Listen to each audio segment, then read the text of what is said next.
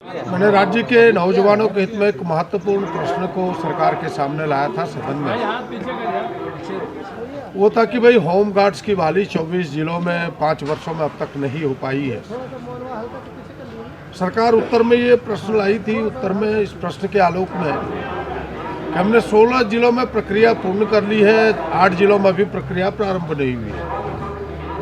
लेकिन इस प्रश्न के आलोक में जो पुराने सत्र में, पिछले सत्र में हमने जो प्रश्न लाए थे, हमने कहा कि पिछले सत्र में जो सरकार आश्वासन दी और जो एटीआर पेश की, अब तक उस पर भी कार्रवाई नहीं, वो मामले भी लंबित है। वो मामला इस राज्य के लिए सबसे महत्वपूर्ण है।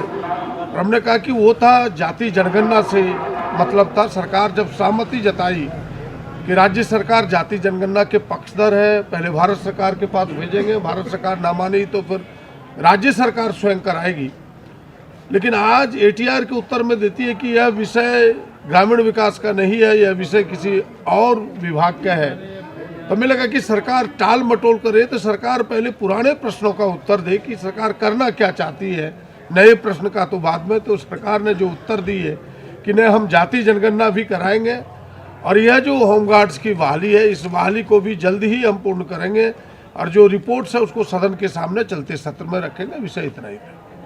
कब तक जाति जनगणना? आपने देखा होगा कि हमने खुले तौर पर सरकार से कहा कि भाई जब आप पक्षधर है तो जाति जनगणना आपको प्रारंभ करानी चाहिए। सरकार बार बार शब्दों में ही कह रही है कि भाई हम जाति जनगणना के पक्षधर है, हम कराएंगे और जल्द कराएंगे। सरकार के उत्तर यही है। मैं विश्वास व्यक्त कर सकता हूँ कि जब बार बार उत्तर दे रही है तो सरकार कराएगी।